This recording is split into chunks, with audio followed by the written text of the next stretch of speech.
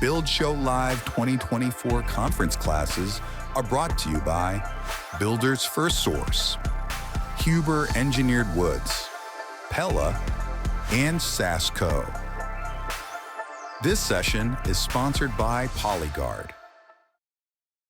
Hey guys, this is Stephanie Daly live from Build Show Live. If you have missed this year's event, you're in luck. We will be doing this again next year, October of 2025 in Dallas, Texas. I'm here at the Pella booth and I want to introduce you to one of my favorite new products, which is Pella's brand new wood window installation system, SteadySet.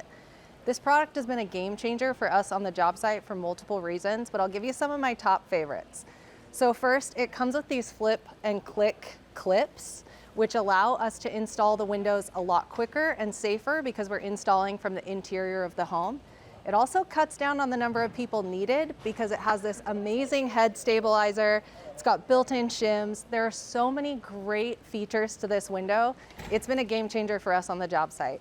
Another thing that's been one of my top favorites is actually the flashing flange. So we no longer have a traditional nailing flange. We're not putting a bunch of holes in our weather barrier. We just install the window, we can go through the entire home, install everything, and then we can just do the flashing from the exterior. So we can take care of not having a bunch of scaffolding and just having people be a lot more safe. We just take this great protective cover off, and then the flashing flange folds out. It has a really great rubber corner, which I've loved, and it makes things a whole lot simpler. Additionally, on the bottom of this, it's actually labeled in both English and Spanish, telling people not to tape the bottom in case any water did get in. That gives it a place to get out. Pella has really changed the game with wood window installation, and you guys are not going to want to miss this. You can go visit Pella's website at www.pella.com/SteadySet for more information. Welcome to a fun session. We've got an hour and a half to hang out. I want to make this as interesting, as educational, as dynamic as I can for you. So my name is Igor, and I run a company called Breakthrough Academy. Some of our team members are here, and I'm looking forward to I'm going to kind of chat to you guys on my perspective on a bunch of this stuff for about an hour, 70 minutes, and I want to give like 15, 20 minutes for Q&A, if that sounds good. So that'll kind of be our rough timeline. So today, you guys signed up for a session, Builder's Guide to Creating an Annual Plan for 2025. So we're into November. We're headed into an interesting time of year where companies that are dialed in are really, really thinking about what 2025 is going to look like for them and what they're going to do to make that a kick-ass year, to learn everything that they can from the closing out of 2024, the successes, the challenges, all that kind of stuff, and to rally around a really wicked 2025. So my perspective on this, guys, and I'll tell you a little bit about my background and my career, and I've run 3 different companies now. I've been a pretty entrepreneurial guy from when I was 18 years old, and one of the things that Matt said earlier in that keynote, which I thought was awesome, by the way, I love how real and down to earth that guy is, but one of the things that he said that really resonated with me is like, if you don't have profitability and good business performance, it's really hard to grease the wheels for the stuff that you really want to do, right? I would imagine that all of us, like you guys are builders, roofers, because there's a level of like passion that you have about doing that stuff. And I was the same. I was a contractor in 2 different companies prior to this.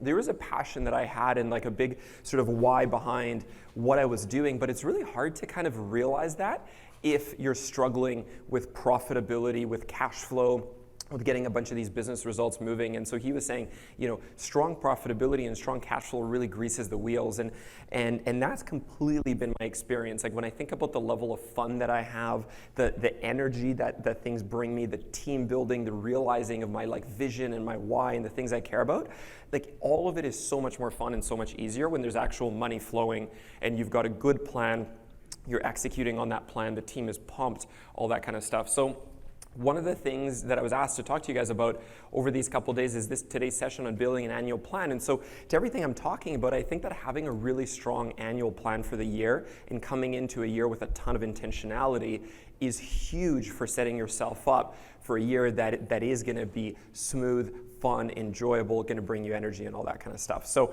anyway, I thought that was interesting in what Matt mentioned this morning because it really resonates with me. So over the course of the next hour or so, we're going to be going through we're going to be going through a whole bunch of stuff, and there's going to be these templates and these concepts that we're going to be talking about. And I know a lot of the time people kind of like click on or like taking photos of it and stuff, and definitely write down notes, and we're going to go through questions. But at the end of it, you're going to have a chance to be able to get sent all of this stuff. We package it super well. We're an organization focused on content and training and development, so we're pretty good at it. We send out these contractor quick tools. There's like resources, videos that comes with all this kind of stuff. So at the end, you'll get a chance to download that stuff. And I think there are QR codes on all the seats as well. If you just look around you, there's you can scan it and download all this stuff. So basically, long story short, everything we talk about today, you'll be able to get, including all the templates for these strategic plans. So. A couple things about me. I'm one of the founders of Breakthrough Academy. We systemize contracting companies for growth. That's really our whole MO. Our team of 50 is super passionate about helping contractors achieve their dreams, to scale effectively, to dial in their operations. And our big belief, and I'll tell you a bit about my background, like I come from a very structured franchising background, and one of my big beliefs is that if you want to grow effectively, you have to systematize the way that your operations works. And when I look at the contracting landscape, and I've had north of 200 painters under my oversight for 7 years, and my view on all this is that in contracting, you are essentially selling organized human labor. Like that is the product. And so if you don't have an ability to sort of organize your labor super well and have them do stuff in a replicable, systemized way, it becomes very hard to go from this many people and this much revenue to this much, and so on and so forth. So the nice thing about what we do is a lot of the stuff is relatively replicable, like the concepts are quite similar, and so the more that you can have people doing stuff in a consistent way, the better off you're going to be. So I come from a franchising background over the last 17 years. I've built a ton of playbooks, or what we typically would be calling in franchising like an operations manual, which outlines standard operating procedures for everything that you do. So you're kind of like my view on it is you're taking what you do as an organization and you're breaking it down to like what is all the stuff that everyone in every role has to do, and you're basically being highly prescriptive with exactly this is how it should be done to have as little ambiguity as possible. So that's always been a big focus area of mine, and yeah. So that's a quick nutshell. I'm from Vancouver, Canada. Do you have an accent, by the way? Yes. Is it like a Canadian kind of? Interesting. We have some very Canadian colleagues on our team, and I always thought they have a very Canadian accent, but it's interesting you hear it from me. Anyway, so that's me, and I have a really beautiful 2-month-old baby boy who I think is here. Is he here?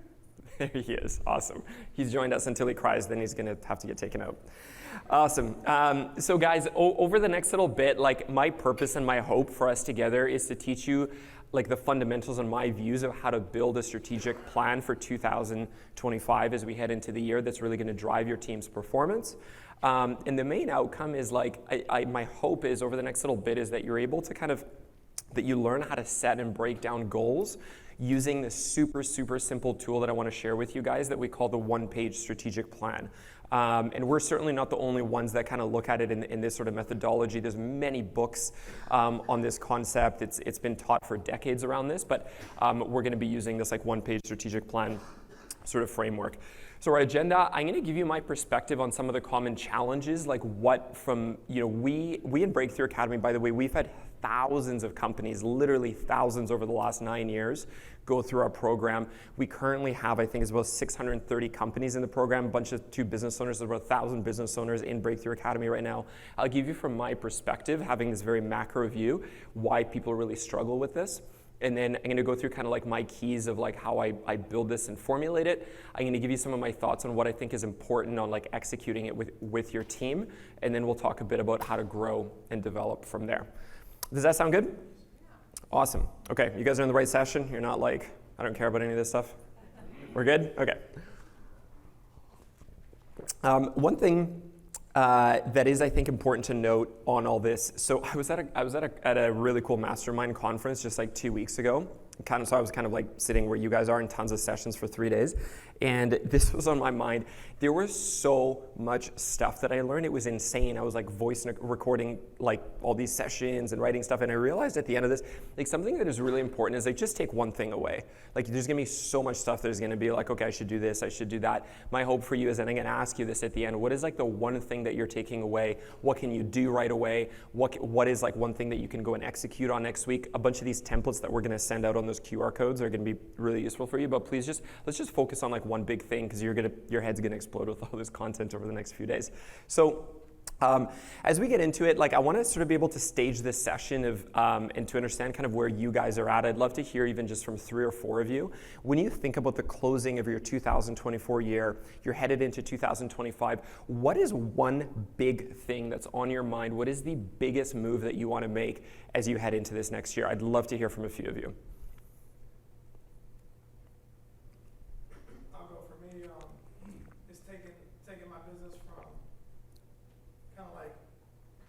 Reactive, hustle, getting things done and growing the business, to systemizing it so that we can scale to the next level.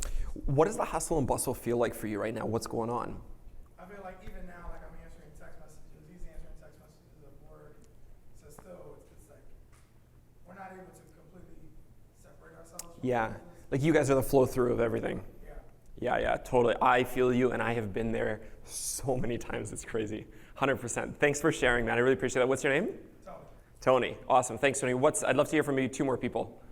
Getting things out of my head and onto paper so we can build processes and systems. Yes. So you find that like the company's sort of like institutional knowledge lives in your brain. And do you feel like you kind of got to hold stuff? You're like, no, don't do it like that. Of like, hey, make sure you're doing this. Like you're kind of like holding it. Yep. Right. Okay. Totally get you, man. 100%. What's your name? Tim. And where are you from? Here in Austin. Fantastic. Texan. I love it. Well, let's hear from one more. What's the single biggest move that you want to make in 2025? We want to diversify.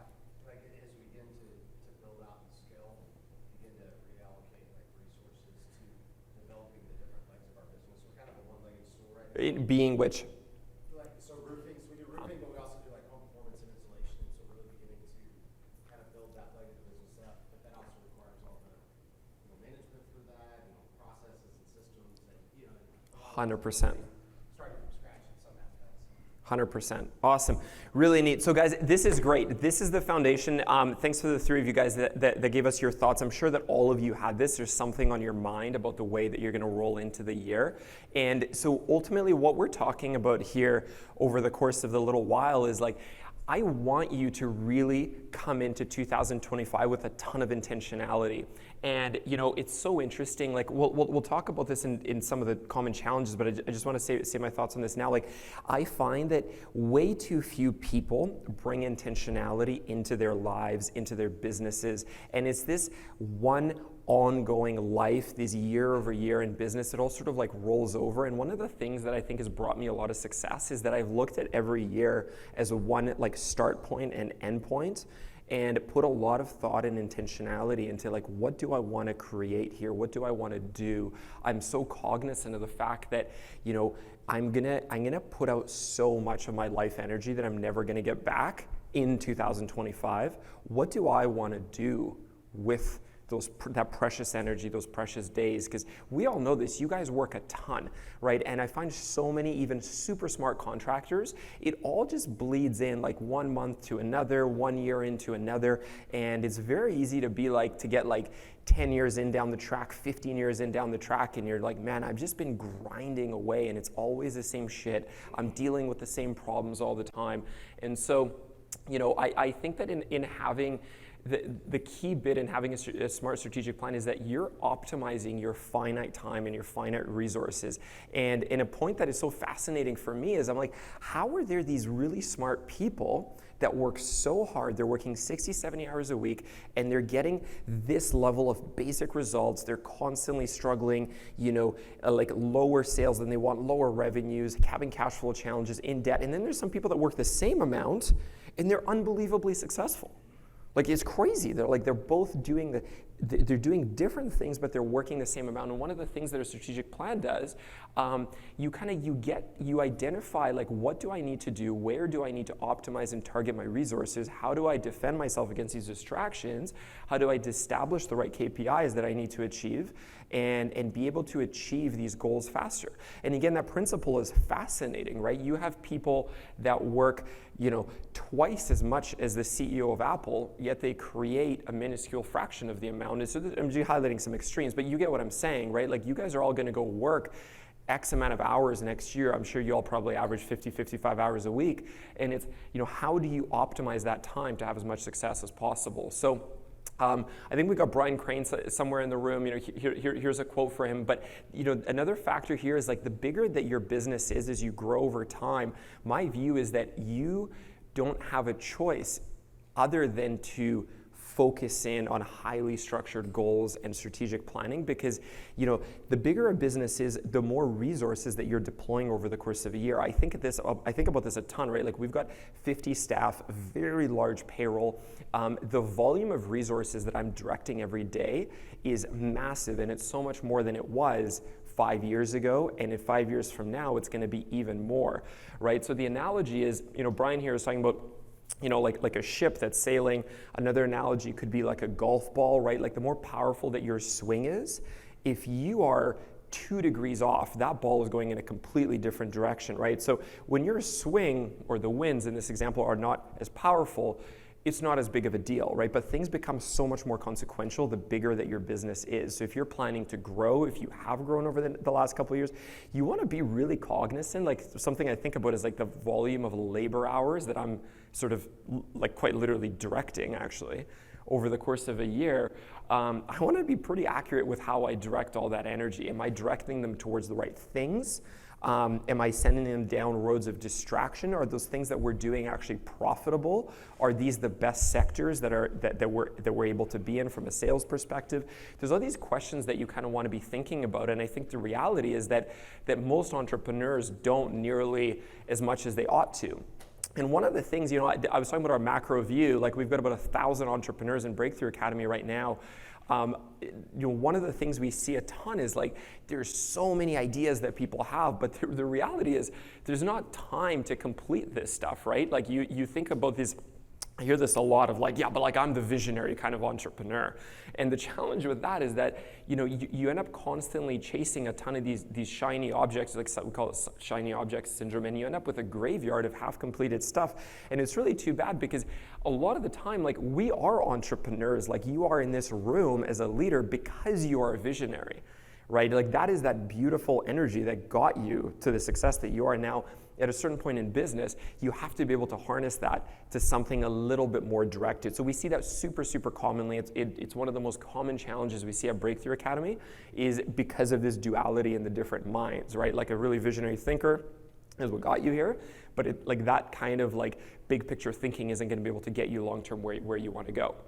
Another big one is, like, people get so buried in the day-to-day that it's really hard to pull yourself out, like, mentally, and to be able to think about this higher level stuff, right? Hey, have you guys been there? Can anyone relate to that?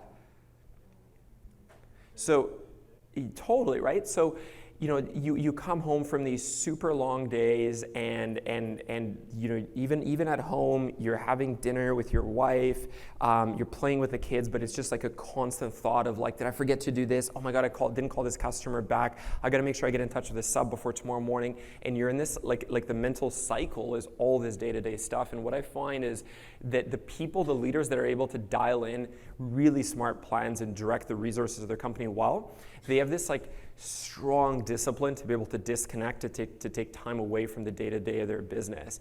And that is really a staple. Like, when I look at this broad set of thousands of successful entrepreneurs, that is a really big thing. Like, they have the mental, like, fortitude and discipline to step back. And so one of the things that I've been doing for probably between 10 and 15 years, I can't remember exactly when it started, but it was kind of in the early 2010s, is we literally, like, disconnect and go on a 4 to 5 day retreat towards the end of every year. Typically it's like a late November kind of time. And then we're away quarterly for 2 days, very, very disconnected, to be able to put thought into this kind of stuff. And I know it sounds kind of crazy when you think about how much is going on, and I can relate to you because I do what you guys do as well. And I know it is really hard, but to have that kind of discipline to disconnect is massive. And then one other one, which I'm kind of trying to alleviate a little bit here today, is people also just don't have a structure to follow, right? Like people kind of, I think you can easily buy into the idea that it's important to have a super defined strategic plan, but unless you have, like, in my opinion, a really simple framework to follow, like cannot be complicated, a super simple framework to follow, it becomes really daunting, right? Because you're building all this stuff from scratch. And then the key is also no one's holding you accountable, no one's taught you how to do it. It's a huge part of why we're here in Breakthrough Academy, is not just to teach these systems that are all pre-built that we have, but a huge part of it is to hold accountability to it. We have 18 really high-level trainers and coaches that are holding these business owners accountable all the way through this massive set of skills, systems, processes, structures that need to be implemented. So, it is good to have a structure, and that's one of the things I want to do today, is just to leave you with this really simple framework to go forward with. So. Yeah, and I think this is the big realization that comes eventually when you just have so much going on in your business and you have so many staff and like large cost structures and large revenues, like you have to get this figured out. And so, I talked about the simplicity of this plan, and so what I'm going to do is I'm going to break down the actual mechanics of it, okay? The thing that we found really important for doing this, and when I say we, like this is not just the 1,000 smart humans in Breakthrough Academy that are doing this, it's like we do this too, and we've been doing it the exact same way for a long time, is you do it super simply and you literally put it all on one page. So why is it one page? I love the mental discipline that this forces, because us as entrepreneurs, we're like, we have this idea and we need to dive into this and we need to hit these goals and we need our staff to focus on this stuff and we need to build in this CRM and this new cost structuring methodology. Like your ideas go everywhere, and there's something really cool about a one-page strategic plan because it forces you to there's only so much real estate. You're like, what are the few things that you're going to do really well this year and then this quarter that you're going to be able to focus in on your team with, right? And so this is the kind of methodology, and I'll kind of break down as different sections that are here, but the beautiful thing is it's on one page. It forces you with the discipline to think through the specific elements, not a ton of them, a very finite set of them, and then the communication to the team becomes so clear because you say, guys, this is the plan. I'm going to explain it to you in 20 minutes. This is exactly what we're doing. This is how we're doing it. And then you're literally able to share it with people. It's on one broad page. People are able to see it. It can be on the desk of all your key staff, on their walls. And so, yeah, I think that having plans that are way too complicated is a huge issue right from go. And so this is the template that we're going to share with you. So as you're kind of over the course of November and December, as you're thinking through your 2025, I would really encourage you to do it on a very simple methodology like this. So a couple things. We're going to go into to the different sections of it essentially, but what we have, the broad structure is there's some kind of like more existential questions that I think are so important for you to think about and that are important to identify in your plan that are super related to like the longer picture of where you're going and why you're doing that, okay? And then from there, there's a section where you're mapping out your annual goals and plans for 2025, and then you're breaking it down by quarter. So the place that I want to start is a couple of these things that I find way too few business owners think about that directly influences your actual like Q1 2025, what you're going to be doing in the next handful of months, okay? So those are the first one is literally starting with your why. So, Matt was talking about this really, really well. Like, you can tell from him, and I think this is why a lot of you guys are here. This is why you folks follow him so much. This is why I really love Matt. Like, he has a real passion for why he's doing this. Like, look at the amount of work. It blows my mind. So 4 kids, super busy family, runs a really successful construction company. And man, like putting out that volume of content in the Build show, imagine doing that. It's unbelievable. The guy is incredible.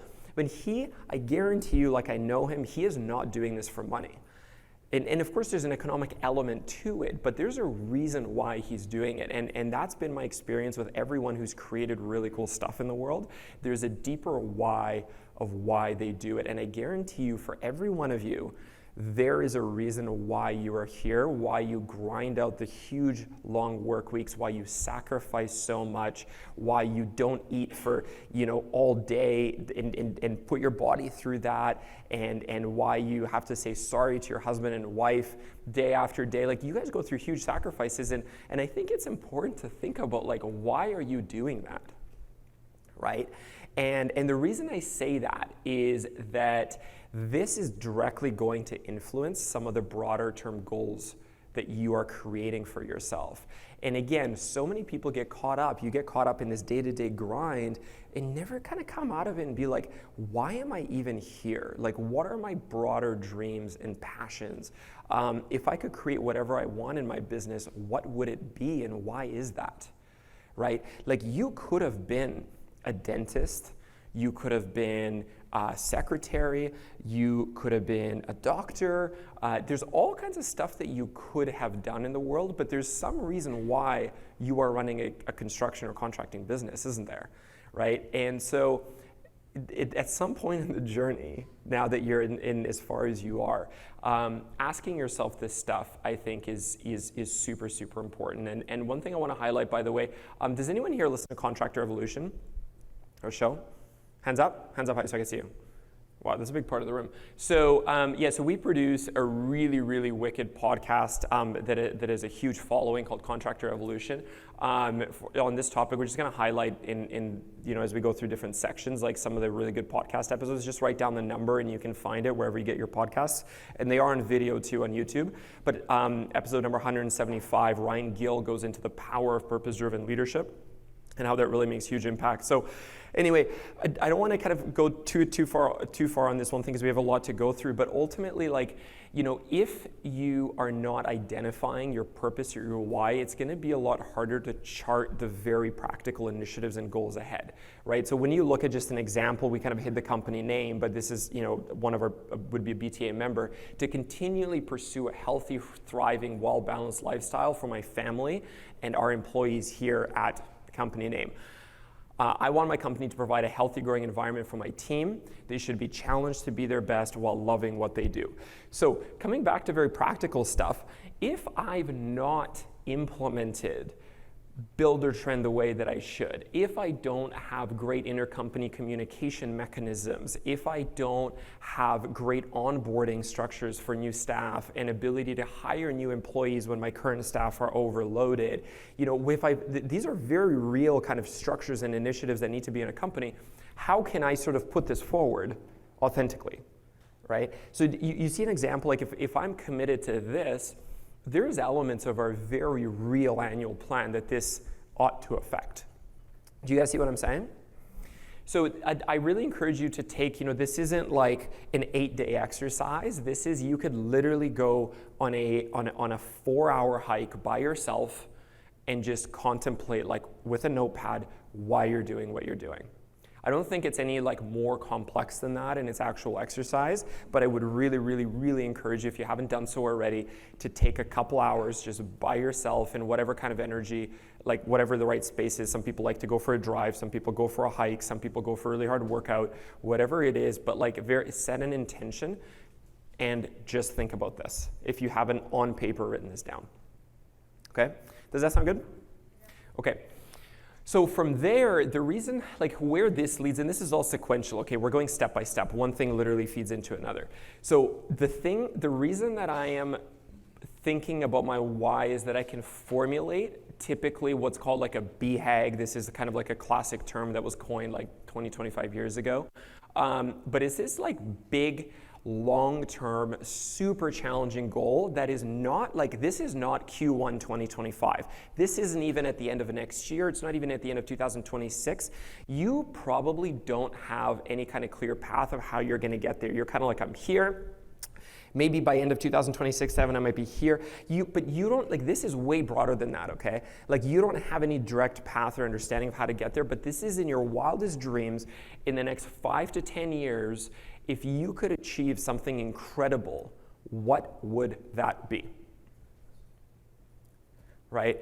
And that's typically formed out of your why. So it's like, what does your business look like? What does your business feel like? If you could have anything you wanted, and it's both numerical and more feeling based, of how does it look and feel, what would it be like? And if you don't have that, so my reason behind saying this and identifying this is that if you don't have this, it's very hard to point the resources along the way, right? And you're kind of like Brian's kind of example quote in here earlier, like you're kind of a ship getting taken where the waves take you, right? Like this is your long-term rudder that says like, guys, like this is where I want to go long-term.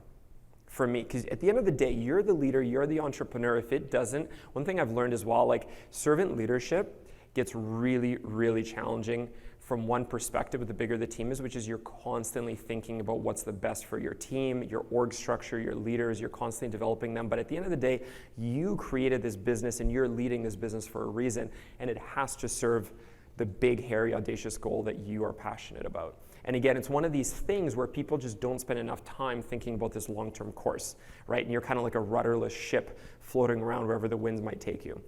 So think about that. And we sort of write it in here. I think, here in this example, we put it 3 years out. In my opinion, it could even be 5 or 7. But, I want to be at north of $8 million at the end of 2027 with a net profit over 15%. I want to get out of that day-to-day grind where everything goes through me and we're at this awesome conference and my phone's ringing all the time. Like I want to be more of a coach, and I want to be averaging 20 hours a week of work and not be the conduit for everything that goes through me, right? And I care a lot about working with people that I really love as a team and that we become a bit of a family, and I want half of my production crew to have more than 5 years with us as a company. I think that would feel, this is just an example, I think that would feel really, really cool, right?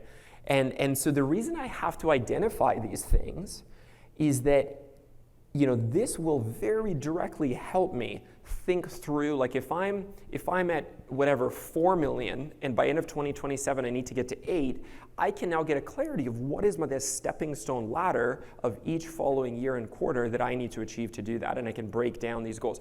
When I look at this, like, my production crew with history in the company, me acting as a coach, I can look at the systems, the processes, the structures that have to be in my business. I can write them in a laundry list and say, what are these things that are going to get me to this point? Right? Like if I don't have super standardized systems of how we do a change order, and that's not crystal clear defined, everything's going to run through me, obviously. So I have to do that, and that might be one of 126 things on a list, isn't it? Right? And as we all know, everything you want to create takes like 2 to 3 times as much time and as much money as you think it will. So you have to give yourself the bandwidth and the time on a longer cycle to be able to define this stuff and to build a bit of a plan, right? But again, most even super smart contractors don't even start this process because they don't intentionally enough think through this stuff. They're just going day to day. 1 week bleeds into another, March bleeds into November, 2023 bleeds into 2026.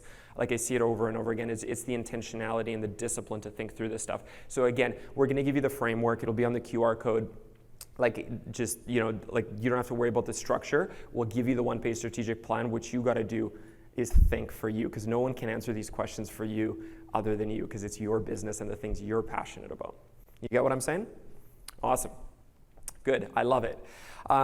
So that's kind of the top left. So what do we have here? We've got our why, we've got our big, hairy, audacious goals. And one other thing I just really want to highlight before we get to more of these like nuts and bolts of this are the values, okay? And probably the first thing you're thinking is like, yeah, we have company values. We've got this thing that we post on the board and it says, you got to do really good work. You got to be authentic, all this kind of like standard stuff. And so in my experience, like, yes, most companies have some sort of like quote unquote, like we might call it values, but they're really words that are kind of posted on the side of like someone's office.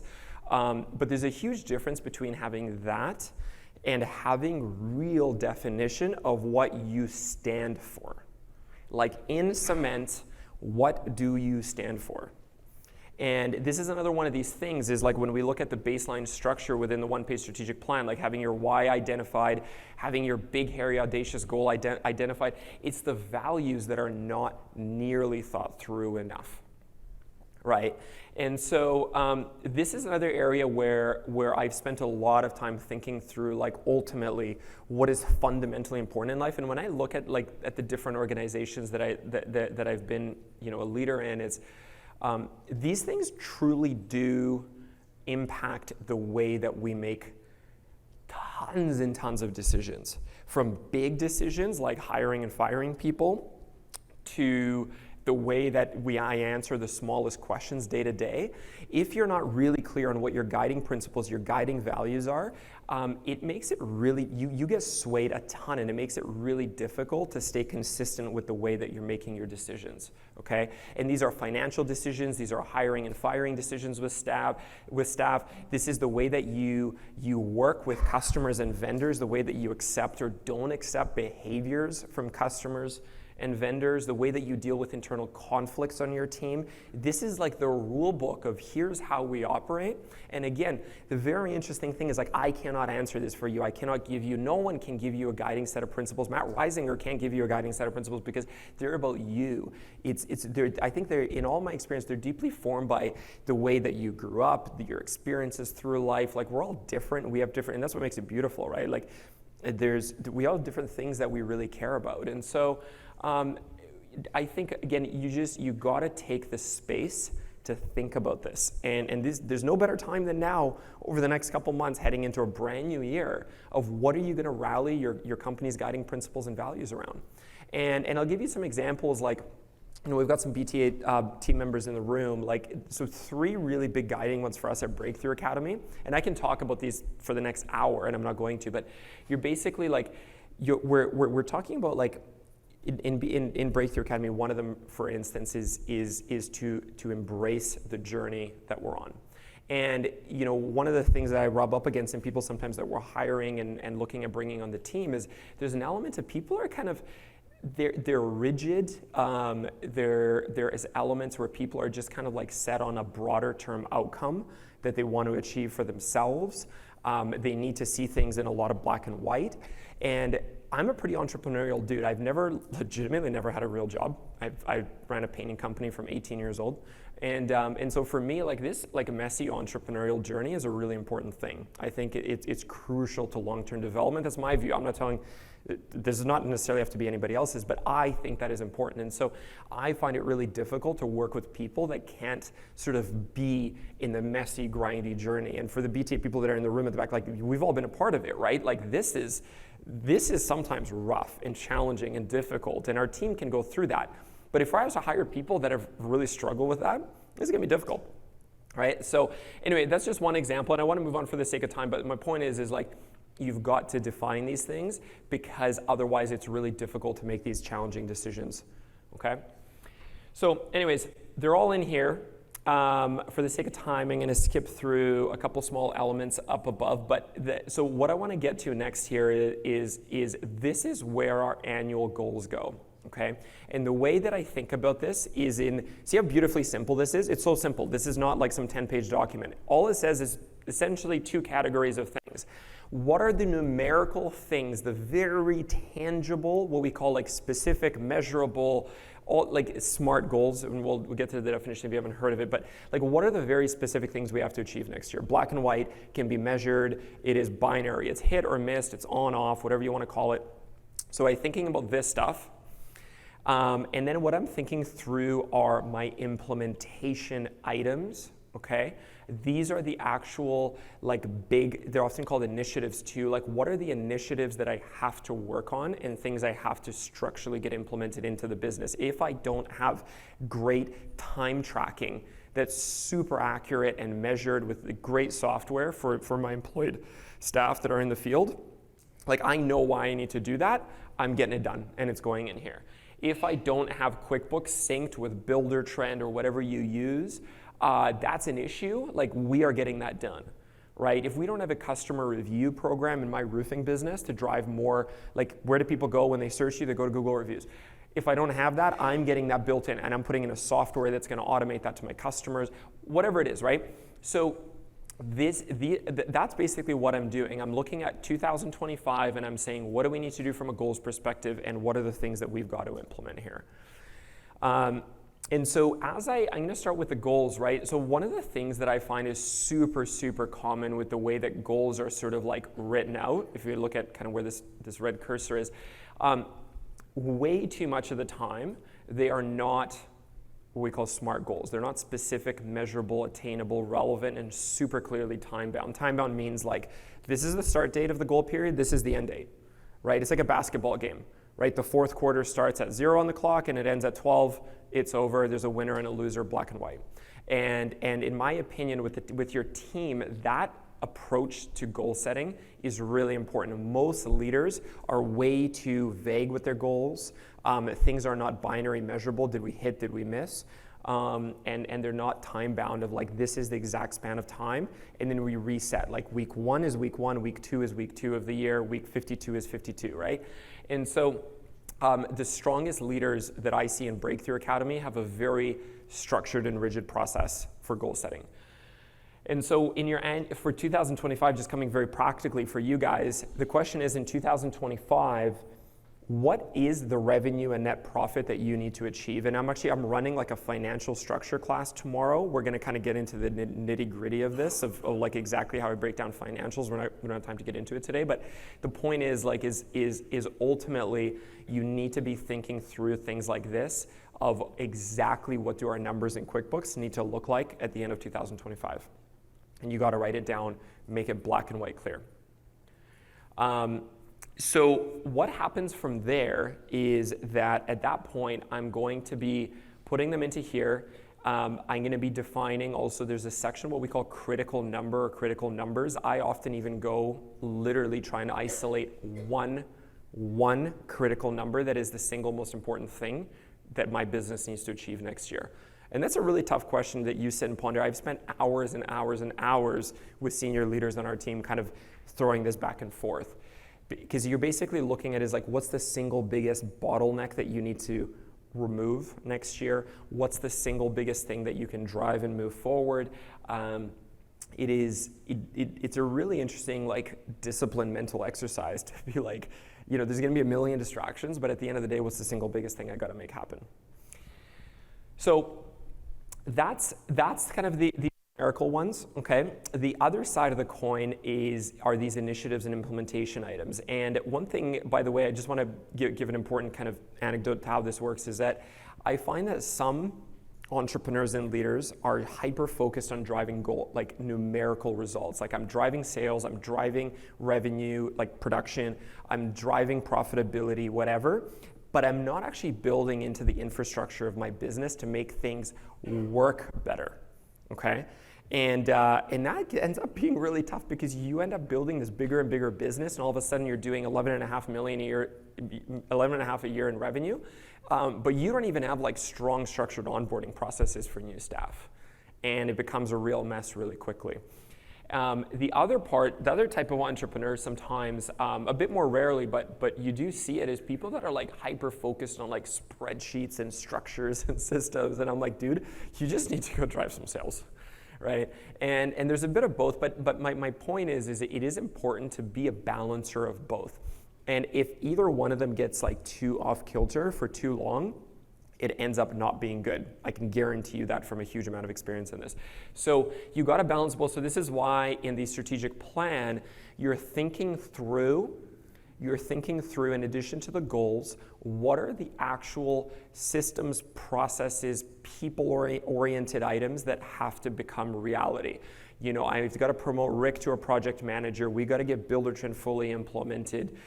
We need to bring in, find, vet, and onboard and train a new office manager. Why? Because if I go into 2026 without a dialed-in office manager, it's going to be a huge struggle. I know that, right? So you're putting these things out there and you're saying we must do this. And that's kind of distinctly different than we need to book 4.65 million in sales next year, right? You get what I'm saying? They're different concepts, and you got to be balancing both. So here, how this is going to work is that we're going to send you this tool at the end. You're going to scan the QR code, and you're going to have this with some instruction in here, able to populate super easily for you, both the goals side and the implementation side. And what I would really encourage you to do is, coming out of this session, you can't put enough thought into this if you don't block a few days to do it over the next 2 months, right? 2025 is around the corner. You got to have some time to think through these things. Okay, I want to just check on something here. Yeah, I'm going to skip through some of this stuff. I'm just watching our time.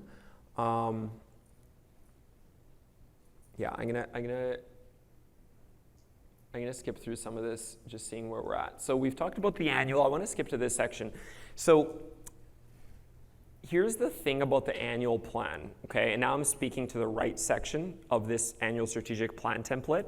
Is there's something about like human psychology with your staff that I find typically your average employees are going to have a challenge staying focused across an entire year if their goals aren't more broken down for them. Okay, so I'll say that again. Your employees are going to have a challenge staying in pursuit of really defined goals for a year if you don't break it down in smaller chunks for them. So it's no, you can just look at the way huge companies are run, right? It's clear why large publicly traded organizations have quarterly reporting, right? You'll see like broad, like capital markets will kind of move up and down on quarterly earnings reports and stuff. The whole business world works on a quarterly cadence, and that's essentially why, is because human beings need a high level of direction roughly every 3 months. Is basically what it is. And so what I think is crucial to do here is that you're taking your annual strategic plan, so your goals and those initiatives, and you're breaking them down into quarterly segments so that you're able to course correct and you're able to look at actual results to see if you're on plan. So if I'm saying I need to book, simple numbers, $4 million in sales next year, you probably have some seasonality, right, where you book more in some times than in others, maybe, especially maybe in your roofing, if you're in the roofing industry. So it's not going to be perfectly even, but if it was, that means about $1 million in sales per quarter. What does that mean for each of those 3 months? What does that mean? You can now start to break it down in more bite-sized chunks, right? And we don't have time to get into it in this section, but you can look at your average job size. You're looking at how many jobs are being booked. You're looking at how many bids or estimates are being put out there. Every business has, depending on your actual sector, you might have different mechanics of how your sales processes flow. But basically, like, you have to be able to break down these goals at minimum to a quarterly level and be able to learn and course correct and look at the actual results. And if you don't have the right technology in here, you got to understand technology is your friend with this. You have to have QuickBooks for strong reporting. You have to have a good CRM, project management software, because it's really hard to say, like, what did we actually do if you don't have really defined actual results, right? And so one process that's been a real staple for me, which is why I'm leading this financial session tomorrow, for probably 14 years, without fail, every single month, about the 13th to the 17th of the month, have been doing a financial review, a 4-hour monthly financial review for the closing month. Like, I have a pulse on all of the financials every single month without fail for well over a decade and a half. And I think, to be honest, I think it's really hard to lead a business if you don't have real-time information on your actual performance. So my point is these quarterly reviews are crucial, and this is why we also, we literally do a 2-day retreat every quarter to review the closing quarter and to map out the next quarter's plans. That make sense? Okay. Awesome. Really strong performers, just a couple other mentions on this. Really strong performers also do either monthly or bi-weekly team huddles. They're checking in on the big wins as a team. Again, this is something we've been doing for well over a decade at Breakthrough Academy. You're checking in on your biggest wins and successes as a team. You're putting focus on like the big initiatives that people are working on, right? I'm just thinking to our team huddle last week, like, here are the big sets of wins and accomplishments. We highlighted a bunch of stuff that our head of people and cultures, like head of HR, is working on. What are we doing from like a medical benefits front? What are we doing to dial in our pay bands for all of our key roles and hiring for 2025? So here's like the initiatives that are being moved forward, and then what are the biggest challenges that different departments are working on that are needed to hit their upcoming goals? So I'm sure a bunch of you guys do this, some don't, but like having this regular rhythm with your team is really important and really cool. So, oh, look, there's me. Episode number 11? Oh, interesting. That was so long ago. I think we're like almost 200 episodes in. Okay, running team huddles that don't suck. If you want to listen to me for another 37 minutes, check out this episode of Contract Revolution. So anyway, I want to touch on like really quick before we sort of wrap up here and get this stuff sent out and get to Q&A. I want to touch on one other thing that is another pivotal thing. If someone was to say, hey, Igor, like over the last 17 years, what drove a ton of like goal-driven success and hitting numbers?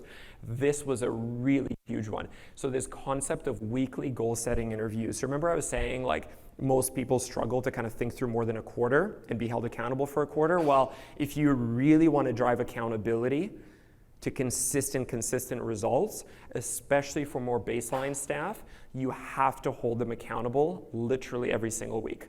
And so what this looks like is that your field staff, your sales staff, some of your office people, you may want to look at quite literally, and I'm saying because I've done this for a very long period of time, is you hold accountability on a weekly basis and define really clear goals. So it's basically as simple as saying, hey Ted, we've got an hour meeting here, and what we're gonna do in this meeting are two things. We're gonna review last week's goals, right? And then we're gonna identify for this next week, so today's Monday, between now and Friday, what are the two biggest things that you need to achieve? In the 2 or 3 crews that you oversee, like what is the exact number one most important goal that has to be done by Friday? So these are sharp, tight, punchy meetings where you're basically saying like, what is the goal and what is the action step? We get pretty fancy with it sometimes where you actually have like a framework where that person like writes it in and then you're reviewing that the following week. So it makes it very black and white and binary, but you're basically like getting their focus from being like this wide and you're basically saying, boom, like yes, all these other things are gonna happen, but no matter what, I need you to make sure that these two things happen by the end of the week, right? And so if you wanna really drive results hard, I can tell you with a huge track record of proof that really works. And we call it, you can have different names for it. Some people call it like weekly one-on-ones. Some people setting like OKRs. Like we call it like your weekly goal setting and review, GSR. So in a nutshell, essentially what we see here is kind of like a waterfall of goals, right? Like you've got your annual strategic plan that includes your numerical goals and your implementation item initiatives. You've got your quarterly goals. You're basically breaking down that annual plan into for the 4 quarters of the year, what are the goals that need to happen every quarter?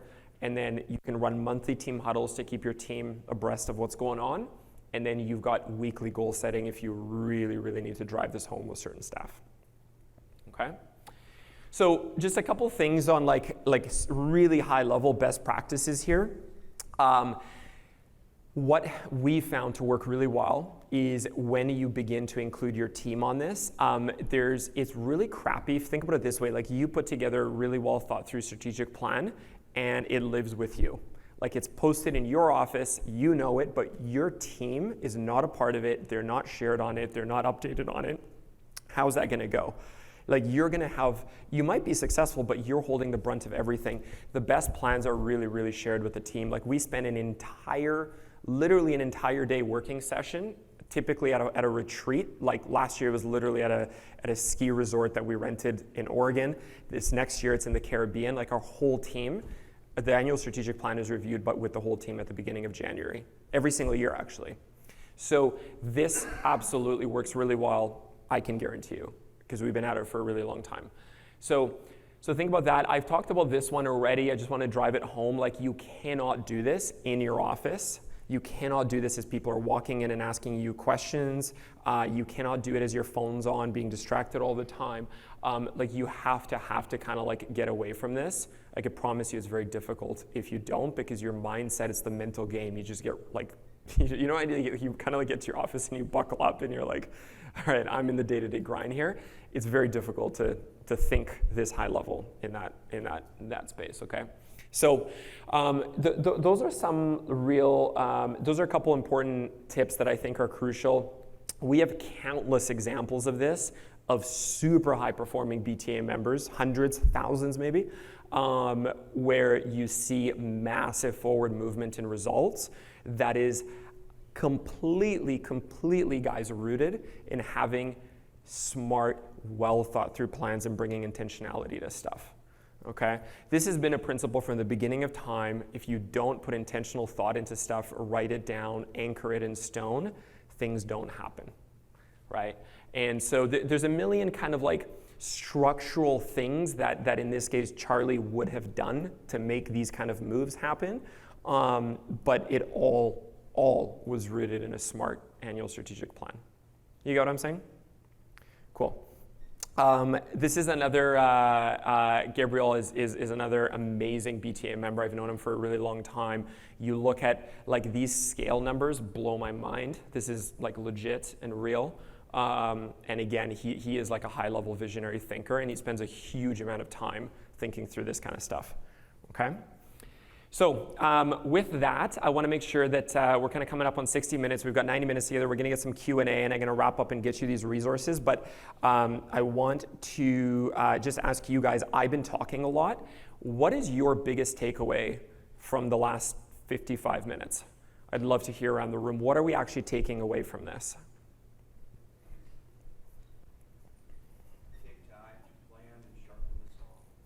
Take time to plan and sharpen the saw. Hacking the tree with a dull saw really sucks. That's awesome. When are you specifically going to do that over the next couple months?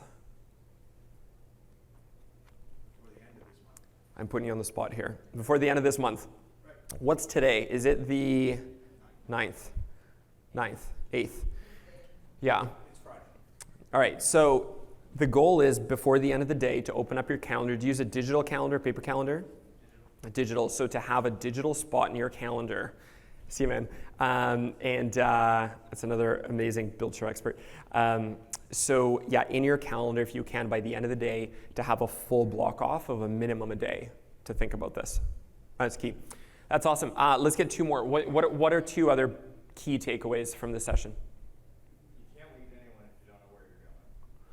Yes, we didn't explicitly talk about that, but I think we know this, right? Like high performers, it's not enough to be like, hey, we're gonna go build some cool stuff, and like that's kind of that, right? Like high performers, they wanna be a part of something bigger and have clear direction. And you look at all strong business leaders in all industries, and I really like to look outside of our sector, which I think we all can admit is a bit archaic in the way that business leadership and management is done on contracting on average. You look at all business sectors and industries, real high performers or high-performing companies are driven by leaders that have not just strong vision, because vision's great and all, but smart tactical plans too, where it's like, guys, here's where we're going and here's exactly how we're going there. For this year, every quarter, every month. So I love it. That's an awesome one. Let's hear one more, and then we'll move forward. Slide 1, write it down. Yes, because a plan and a vision that's strictly in your head is going nowhere, right? That's awesome. And there's one more here. Obviously, you can't see the forest from the trees, meaning taking that break and evaluating from behind Yeah. Yeah, 100% right. And I think we all know why, right? Like it's so easy to get caught up in that day-to-day grind. Like the number of days that I've had that end at 9:30 p.m. when I'm like sweaty and tired, or it's like an office day where I've been inside all day on a computer and it's just like one thing bleeds into another.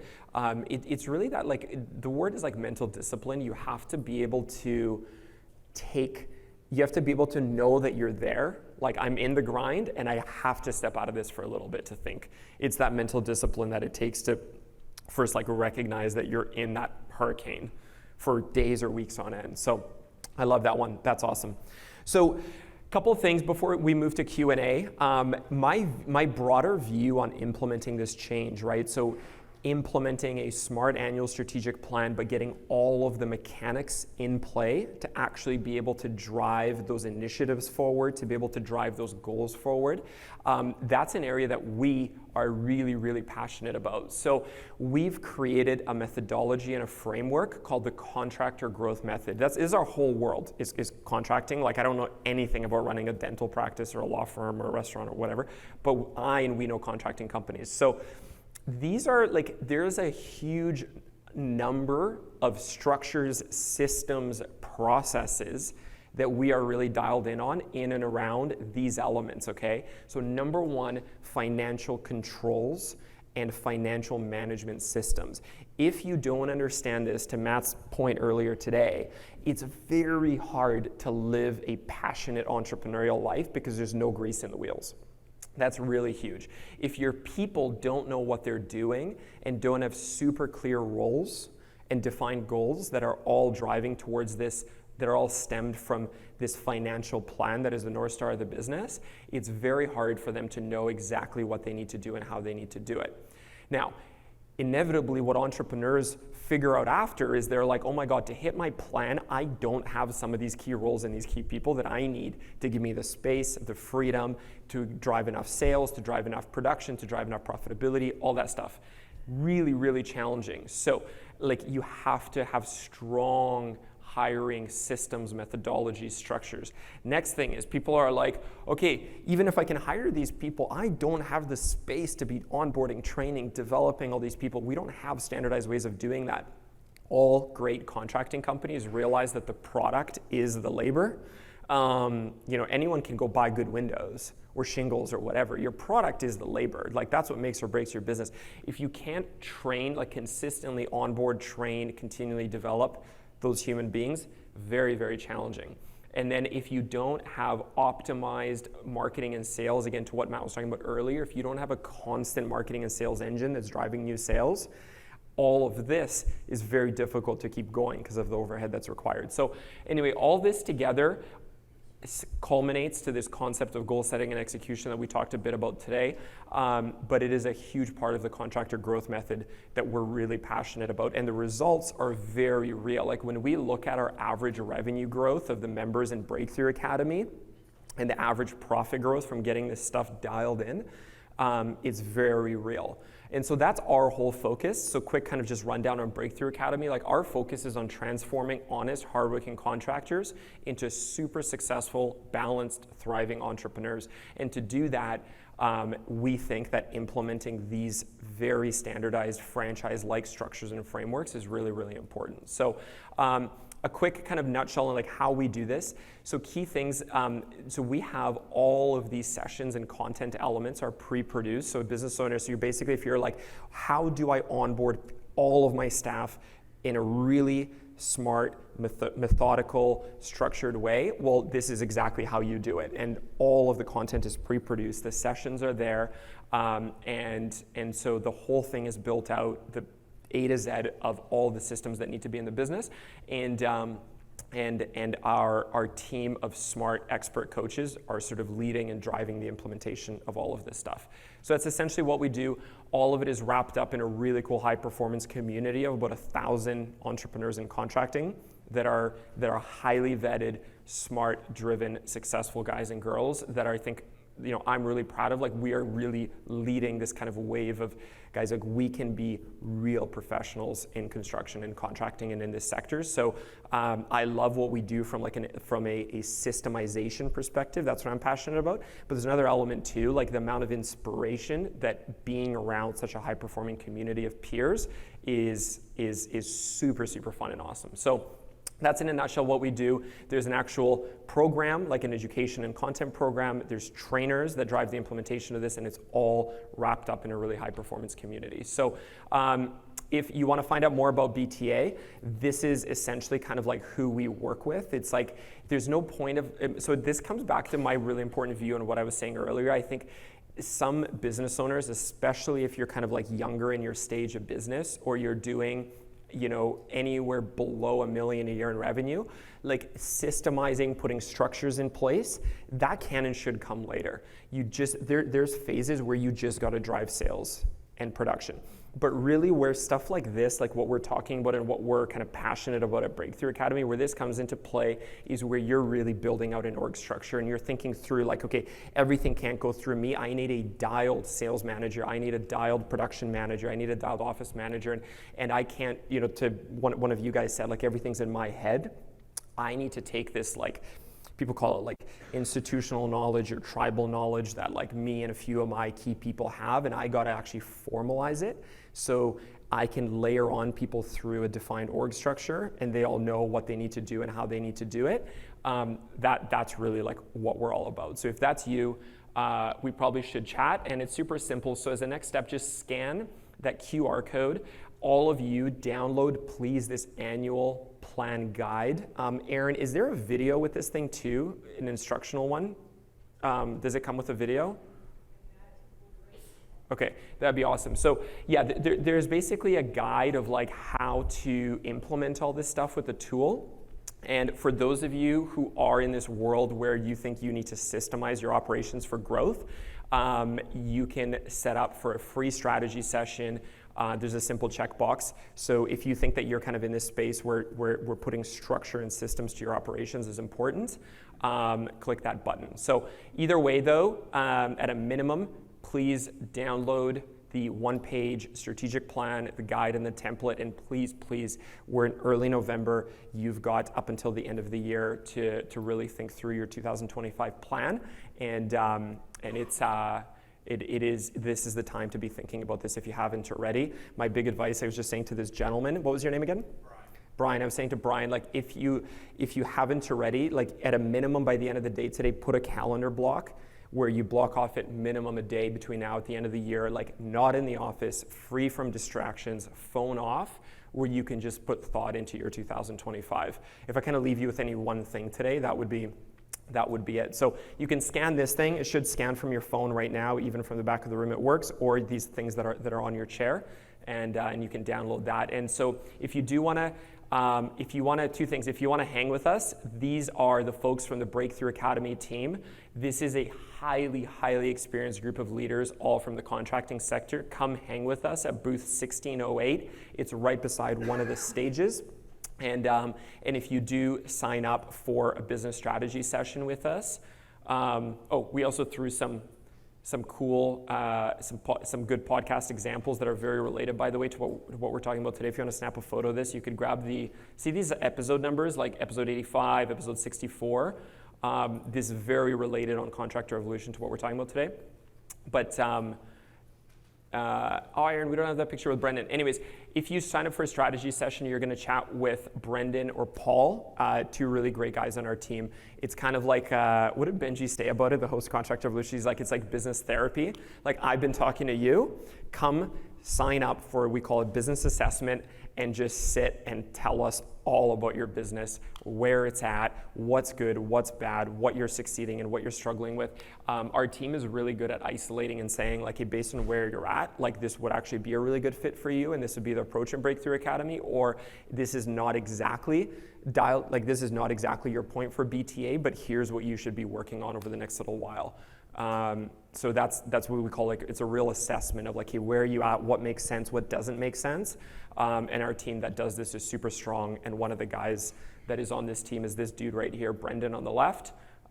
You can also find him over the next couple days at the booth. So we're here to hang out and chat business. So that's us. I want to open it up. We got 20 minutes for Q&A. I've been talking at you a lot, and I'd love to know what questions you have. Awesome. Let's start right here. I'm from an architecture firm, but there's so many things that you're talking about. 100%. Relatable to what we do, and obviously we have to be informed in the construction sector because that's the next step for our clients. Would something like this be applicable for our firm or not? The Breakthrough Academy program, I think you should chat with Brendan to talk about how it's structured, but I most likely not, unfortunately. It's just, it is like all of the way that all this processes and systems and sessions are kind of like structured, it's very contracting specific. So probably not, but we would love just to chat with you anyways, just to confirm that. It can't hurt, spend 2 hours hanging out with one of our assessment specialists, but I think most likely the answer would be no. Other questions? Let's talk strategic planning or anything else.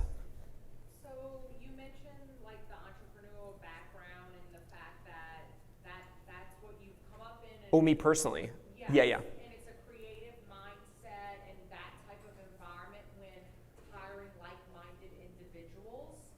So my question, or just like my thought process is we can't obviously have a whole team of these type of individuals. 100%. Couldn't agree more. We have to, right, like identify where we're lacking and fill those gaps with those type of people to introduce some structure. Does that make sense? Yeah, this is a whole like thing. We could talk about this for like probably half an hour here right now. But yes, I think what you're touching on a really, really important element, which we haven't directly talked about today, which is the importance of a real analysis on you as a founder, leader, whatever your role is in the business, and understanding your strengths and your weaknesses and where you are at. All of the smartest entrepreneurs and leaders that I know spend quite a bit of time understanding themselves.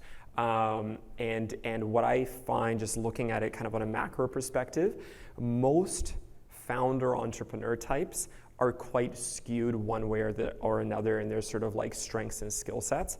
There's kind of like an operations manager in a company I find employed is typically kind of a pretty well balanced individual. They're not amazing at anything. They're kind of like, there's all these facets of business and they're kind of like a 6 out of 10 on all of them.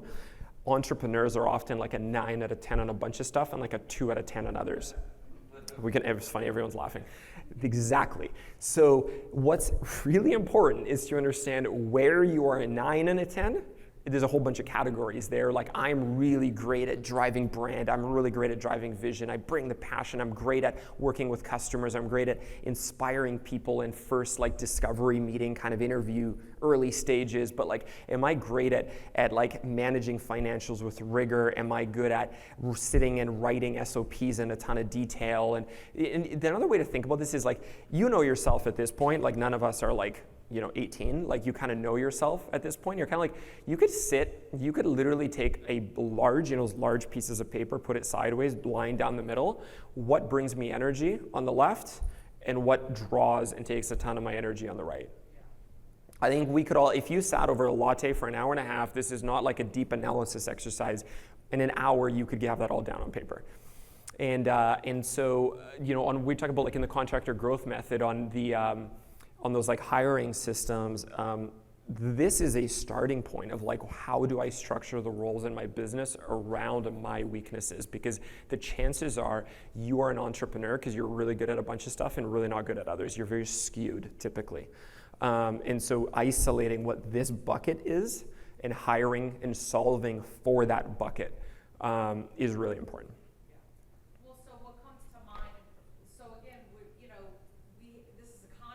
Can everyone hear them her at the back? Do we need a mic or are we good? Okay. So, like, my background is HVAC. We got HVAC. Like, we're elite HVAC. You're saying the technical elements of it. Well, the business side. Yeah. You know what I'm saying? Like, you have to know as much about business, or you need to identify that I need to know about business to grow this as a business. Totally. Because, right, got to get the HVAC knowledge out. Yeah. Yeah, 100%. But even within my point is like, even within business, this is such a broad term, right? Like business is a conglomeration of like 18 different disciplines, right? Like, what in the world does like financial accounting have to do with like PR and social media marketing? But it's all business, right? So it's like, where within business do you shine and where do you struggle? And a part of it is you could look at it at the disciplines of like, hey, I'm good at this discipline and I'm bad at this one. Like, I suck at anything like legal management in our business and our contracts are terrible and half my employees don't have employment agreements and whatever. So it'd be like one practice, but another part of it is like more of like your personality type. You're like, I really struggle with, I just hate administrative work. That's more of like an emotional sort of like, I just hate doing this.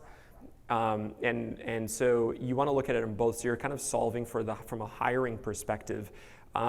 Different human beings are different, and that's the beauty of being an entrepreneur is you can sort of like put the puzzle pieces together. Like, I'm good at this, some people on my team are good at this, I need some different puzzle pieces here, and you have the latitude to go do that. So to your point, yeah, I think this is like a really great thought exercise that everyone ought to do if they haven't. Great question, I love that one. Other questions, let's talk. We got 15 minutes, let's get the questions rolling. Hello, there we go. Hi, I'm Tim. I'm an outdoor living contractor here in Austin. And to the point that y'all were just speaking about, the most recent episode of Contract Revolution was an interview with Brian Cascavalcio. What a fan. Oh my God, I love it. Just came out, I think at the last week or something. If you don't listen to the show, what you were just kind of tapping into was something that a ride that I've been on for the last few months listening to the show, and it's really just that your business, if you zoom out, like your business is you, and all the things that are going on with you and how you are growing and developing as a person. I think it's contractors have this tendency to kind of say, oh, well, this area that I'm falling short in is in this business because I don't know how to do the business stuff. But all of those things are actually wrapped up in your why, right? Like answering that fundamental question of why am I doing what I'm doing, and how did I get here, and where am I going? And just taking the time to be intentional about those things, it just helps you build all these other skills. And so I guess my point is, like, as I've, I don't have a background in any of this, frankly. I was in the military before I did this. And as I've learned and gone through this whole process and learned more about the finances of the business and the technical stuff, it has actually empowered me to create more time at home with my kids and be able to show up for my family more in ways that I wasn't able to before. So I guess the point being, like, check that show out, and it has really been helpful just to get the perspective of other contractors and realize that there is a massive community of people like us in this room and at this show you're not alone in the things that you're going through and experiencing. It's a really great podcast. Yeah, awesome. I did not buy him a beer to say that. I don't even know this guy. So no, man, I could not agree with you more. The way that I think about this, like what I find so cool about this journey is that, people pay a lot of money to go to really good schools.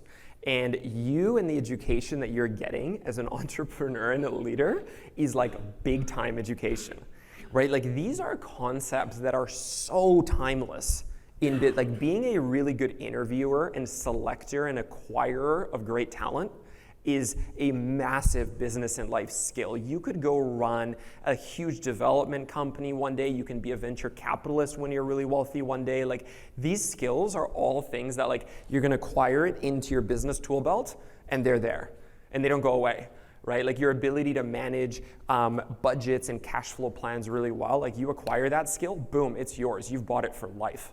And in business, you kind of get to go through these things, and if you're intentional about it, you can look at it as a playground of skill acquisition, right? Because the business world will throw all these challenges at you that are going to force you to learn this stuff, right? Like if you don't, you're going to grow to a point, if you don't have, to what we're talking about in our contractor growth method, if you don't have structured onboarding, training, development plans for your staff, the wheels are going to fall off pretty quick. And you're going to learn it the hard way, but then you're going to learn it, you're going to figure it out. To Tim's point, like the resources are everywhere.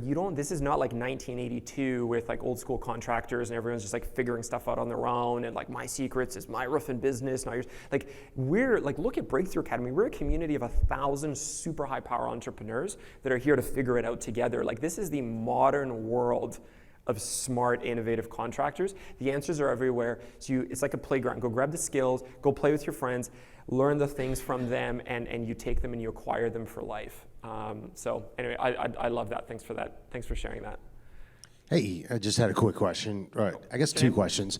Number one, on a practical level, so if you were to go to the Breakthrough Academy and let's just say they had a bunch of employees, what is the time commitment for those employees to implement this new structure or system, the buy-in? I mean, you've done it a lot, so I'm wondering, is this like a 6-month transition period, 6 weeks? How much are we paying for training each week for them to get bought in?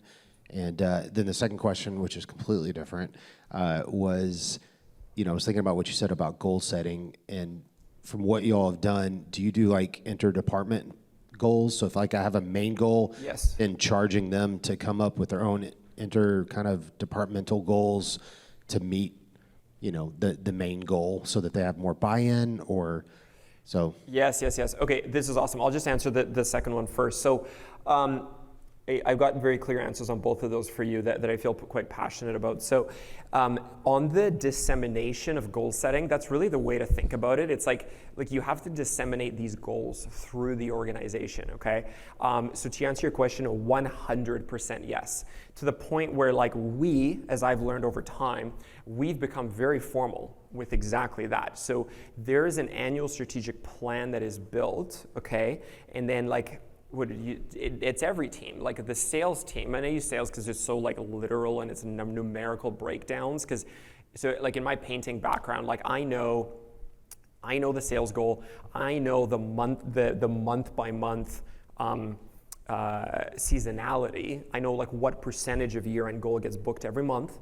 And I can break down into monthly goals, and then I can break down for like, okay, if we need to book $402,000 next month, I know how many jobs that is because I know our average job size at that time of what's booked. I can break down how many estimates that is because I know our closing ratios. I know how many leads that is because I know what percentage of leads get estimated. So yes, like 100%, you're saying like this is the company's sales goal. If you're large enough, it's basically like, hey, sales leader, you are running the session with your team for the year of what that breakdown is going to look like, what in your department the goals are, like what are the conversion ratio goals, how many leads need to be in, when are estimates happening, and then like are there sales initiatives, are you dialing collateral, are you dialing in CRM, reporting, weekly accountability rhythms. I mean, we could talk about sales all day long, but like, it's the same thing, like it's all this stuff within the sales department if you're large enough. So to answer your question, 100% you're disseminating that through, and every department will have goals, will have initiatives, and will have a leader that's rallying them around the annual plan, the quarterly goals, and then holding that weekly GSR, goal setting and review accountability, 100%. So does that answer that question? So that's my black and white answer is like absolutely yes.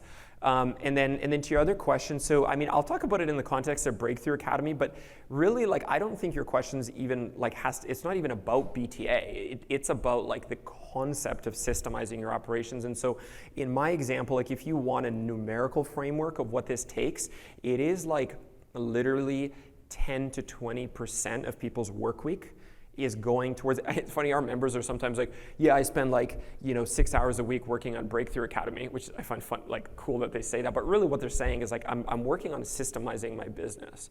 BTA, like we're kind of guiding in trying to collapse the time frame so if something would take you this long to learn and implement, we hope that it takes this long because we give it to you and teach you how to do it. But it's all the Breakthrough Academy program goes on a bi-weekly cadence. So every 2 weeks we're working on a different concept. And I would love if it was 6 months. That would be so sick. It's more like 3 years-ish. To get this stuff dialed in. And some people are like wizards at implementation and might do it in like a year and a half because you're just so buckled in. But the issue is like your business is pretty wide, right? Like you've got different departments, different focuses, different disciplines. So if you're kind of like, if I said, hey, like you need to dial in exactly with standard operating procedures, reporting systems, the technology, training everyone and everything in every aspect of your business. If you really think through that and put it on paper, which we do, we call it the broader implementation plan of Breakthrough Academy. You look at the line items and you're like, man, this is a lot of stuff to formalize and to teach across our team. So it does take a few years, but our view, and it's not just my view, it's the thousands of people that have gone through it, is like it's worth it in the long run because even 3 years to get all of your operations dialed in the grand scheme of things is really not that long. And so, yeah, I mean, there's people that are way smarter than me that could probably do it maybe a bit faster, but that's in my experience it takes. And by the way, prior to BTA, I built a franchise system that's now scaled all over the country. It took me years to like write out, and I was really focused. I had like other folks running the day-to-day operations. I was like the systemization guy, and it still took me like a really, really long time. So anyway, I'm not the smartest guy in the world. That's how long it's, in my experience, it's always taken, but that's kind of a general rule of thumb. Does that answer? It does. I'll ask one last thing. So Let's do y'all go. talk This about guy's got lots of scaling as questions. I love well? it. Like, I mean, you're talking about franchising, but there's like, the hub and spoke model. There's lots of different, do y'all kind of go beyond just building like local market into scaling into other markets or other states and kind of what that looks like in different models that have worked for companies and different contracting state rules, things like that? So you're just to clarify your question, you're talking like, do we help contractors like scale and grow from a geography point of view? Well, is there a framework for that built into the program into which it's like, hey, here's how we would duplicate this. This would be, the funds that you'd set aside for 3 years. Kind of that roadmap for scaling depending on the model that you're wanting to take? Yeah, 100%. So we've talked about this on a number of episodes. There's some really good contracting episodes on this of like what scale looks like through a corporate strategy, through a strategy where there's people that do it in such interesting ways, because you got like franchising and is extreme in one corner, which is sort of like royalties, selection of franchisees, they fund it, they take the risk. There's you scaling corporately, which is like we're gonna fund the whole thing and we're gonna hire people there, or we're gonna shoot out some of our key people. But there's these hybrid models where people have like licensing, where they have like partial, where you acquire like a percentage in a business, and then so there's all kinds of interesting ways that are done, and we really explored on some super cool Contractor Evolution episodes, so I'd encourage you to watch those. But in BTA, so back to your question about Breakthrough Academy specifically, everything that is systemized and that is a part of the contractor growth method is, I would say, 100% directly aligned with geographical scale. Because what I would say is that if you don't have all of the core elements of the contractor growth method dialed in and formalized, systemized, not just in your head, but the word is formalized essentially through your whole business, it is almost impossible, and I would say you're headed for imminent failure trying to replicate stuff out, because your ability to assert this tribal knowledge that's in the head of you and some of your key people is going to become impossible at larger scale. So we don't necessarily get into like the legal structure agreements of like franchising versus a licensing model and whatever. Like a lawyer could help you figure that out. That's the relatively easy part. You just pay for that. The hard part is like the formalization of here's everything that we do, and here's exactly how we do it, and here's how we train it through the whole organization. That's the hard part, and that is the actual foundation for scale, regardless of what type of scaling it is. Because if you don't have that, I would bet 10 out of 10 times the wheels are going to fall off as you start to grow. So yes, I would say that this stuff is very directly focused on that, and I know that because I've been in the franchising game for a whole bunch, my whole career prior to Breakthrough Academy, really. And so this like systemization of everything is the root of scale. Awesome. Let's take one more question and then we're wrapped up. One more question. Who wants to take the last one?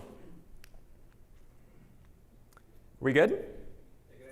All right, this is the man right here. He's going to close us out, an hour and a half. Just quickly on a side note. I'm game for side notes. Let's go. I'm an educator. I teach construction. Oh, no way. I teach carpentry. And you'll hear everybody talk about we don't have enough people in the trades. Yes. So grab a kid and bring him to the job site. Bring donuts for the crew.